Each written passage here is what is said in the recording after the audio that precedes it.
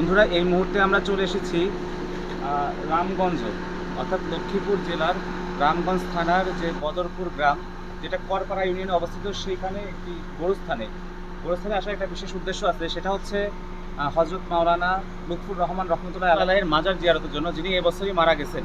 উনি একজন বিশিষ্ট বক্তা এবং আল্লামা দ্বীন ছিলেন।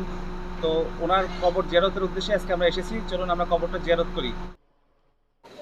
গত ৩রা মার্চ ২০২৪ তারিখে এই জায়গায়, অর্থাৎ পারিবারিক কবরস্থানে তিনি চিরসমাহিত হন। করপাড়া ইউনিয়নের এই বদরপুর গ্রামই হচ্ছে মাওলানা লুৎফুর রহমানের জন্মস্থান। উনি সাধারণ মানুষকে দিনের দিকে ডাকতেন, আল্লাহর দিকে ডাকতেন। সেজন্যই খুব স্বনামধন্য হয়েছিলেন এবং আল্লাহ বুজুর্গ লোক ছিলেন। তো আমরা তার মাজারও জিয়ারত করে আসলাম।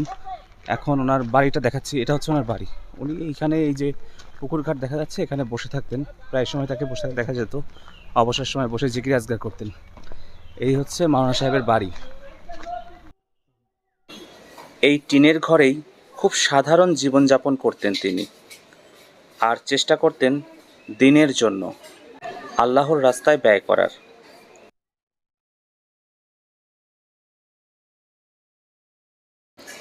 বাড়ির সামনেই এই বদরপুর কেন্দ্রীয় মসজিদের খতিবও ছিলেন তিনি।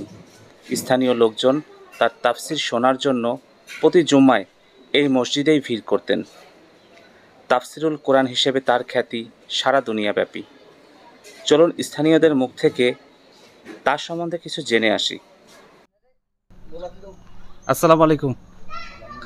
মাওলানা লুৎফুর রহমান সাহেব কি এই মসজিদে নামাজ পড়াইতেন? জি জি জি। জুম্মার নামাজ পড়াইতেন? জি। আচ্ছা, উনি মারা গেছেন কতদিন? এটা উনি মারা গেছে দেন না মাস দেড় কইছেন। 1.5 মাস না? আমি শুনছি উনি খুব বুজুর্গ লোক ছিলেন। অনেক বুজুর্গ কোন তুলনা নাই শুধু। কিরকম একটু বলেন তো? অনেক অনেক উন্নত, শুধু বাংলাদেশের জন্য না, শুধু সারা বিশ্বের জন্য ইনশাআল্লাহ উনি বুজুর্গ লোক। এবং কি উনি জ্ঞান। উনি কি কাজ করতেন? উনি সবসময় তাফসীর লাইনে ছিল, ওয়াজের লাইনে ছিল, জুমার খতিব ছিল। ও, তাফসীর করতেন আর হচ্ছে ওয়াজ নসিহত করতেন না? আচ্ছা আচ্ছা, ঠিক আছে। আর ওনার বাসা ওই যে এই পাশে, এটাই না? জি জি। আর উনি জীবন বা জীবিকা নির্বাহ করতেন কিভাবে? এইভাবেই আছে, তার নাই উনি কিছু করেন, যেভাবে আছে আল্লাহ এইভাবে। টিনের ঘর দেখলাম, এইভাবে সাধারণ জীবন যাপন করতেন। সারা জীবন এভাবে দিন গেছে। উনারই বহুত করতে কইছে, উনি করেন আসলে এইভাবে। এদিকে মসজিদ মাদ্রাসা, এদিকে অবদান করে গেছে। আসলে যারা বুজুর্গ লোক, তারা নিজের জন্য করে না, অপরের জন্য করে, আল্লাহর জন্য করে। জি।